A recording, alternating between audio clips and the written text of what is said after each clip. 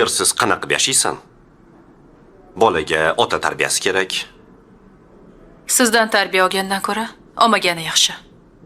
Men o'g'limni kelajakda sizga o'xshagan alkash bo'lishini, xotinini azoblab mazza qiladigan erkak bo'lishini xohlamayman. Nima? Meni kamsitayapsanmi? Bilib qo'y.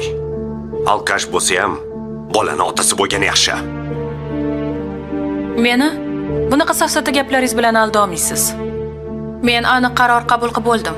Ajrashaman dedimmi, tamom. Qarorimni hech kim o'zgartira olmaydi.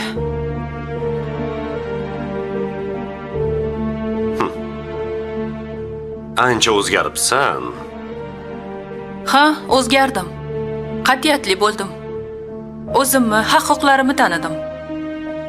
Endi sizga o'zimni xo'rlatib qo'ymayman. Kerak bo'lsa ertaga kech ishlab bo'lsa ham bolamni boqib olaman. Bilib qo'y. Meni ajrashadigan xotinim yo'q. Ajrashmayman. Tushundingmi?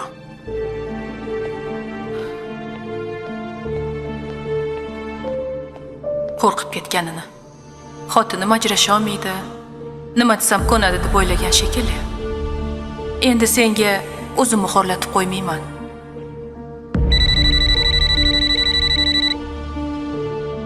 Alo.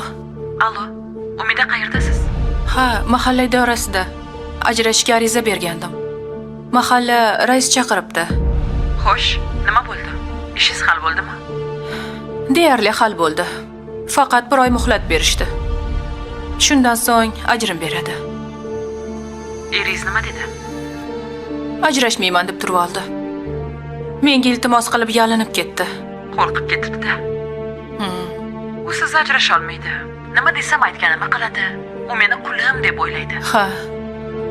Lekin men qaror qabul qilib bo'ldim. Ajrashaman. Qat'iyatli bo'lganingizdan xursandman. Ha, yana bitta narsani eslatib qo'yay. Agar ajrim bo'ladigan bo'lsa, hovlini yarmini olishga haqqingiz bor. Kerak emas. Menga uni mol-mulki umuman kerak emas. Bu yog'ini endi o'zingiz bilasiz. Men sizga shunchaki yo'l ko'rsatyapman.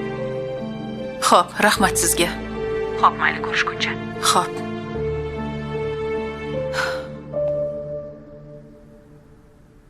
Oy. Dadasi, qudayz infarkt bo'lib qoptilar.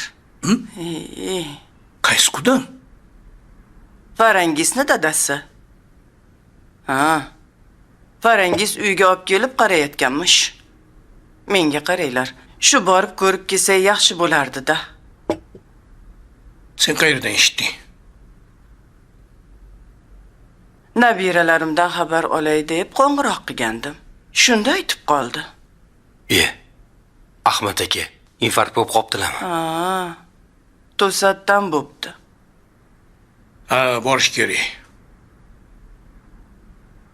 Ha, birato'la uyni kaltini ham berib kelardik. Unda kiyinib, tayyorgarlik ko'raylik. O'tib kelamiz. Men tayyorman. Nabiralarimni ham sog'indim. Tez keyin, men tayyorman. Xo'p, bolam. Sen ham borasanmi? Yo'q. Hozir hech kim ko'rgim kelmayapti. Men uydagi ishlarimni qilaman. Mayli bolam, men borib tayyorlanay. O'zingga qara o'g'lim. Assalomu alaykum, aziz kuzatuvchilar. Bugungi epizodda biz ayol matonati va bir oilaning qulashi haqidagi eng og'riqli voqeani tahlil qilamiz. Umidaning hayoti bu shunchaki serial emas, bu minglab ayollarning ovozi. U zulmga chek qo'yishga qaror qildi, ammo buning badali juda og'ir bo'ldi. Umida yillar davomida erining xo'rlashlariga, oilasi va jamiyatning tazyiqiga chidab keldi. Ammo har bir sabrning ham chegarasi bor. U o'z huquqlarini anglab yetdi va qo'rquvdan ko'ra o'z qadr-qimmatini ustun qo'ydi. Ajrashish haqidagi qarori butun mahallani larzaga keltirdi. Gres, hasad va mol-mulk talashish ortidan kelgan muojarolar vaziyatni yanada qaltislashtirdi. Nafrat ko'zini ko'r qilgan erining zo'ravonligi fojiaga olib keldi. O'z onasini himoya qilaman degan o'g'lining pichoqlanishi bu hikoyaning eng og'riqli nuqtasi. Umida farzandlarining xavfsizligi uchun hamma narsadan voz kechishga tayyor edi. Biroq taqdirning zarbasi kutilmagan tomondan keldi. Tensiya va nafrat bor joyda afsuski begunohlar qurbon bo'ladi. Umidaning qurashi bizga shuni o'rgatadiki, ayol kishi o'z hayotini nazoratga olishi uchun ba'zan juda baland to'lom to'lashiga to'g'ri keladi. Bu voqea oilaviy zo'ravonlikka qarshi sukut saqlash qanchalik xavfli ekanligini ko'rsatib berdi. Sizningcha, Umida bu qiyinchiliklarni yenga oladimi? O'g'lining taqdiri nima bo'ladi?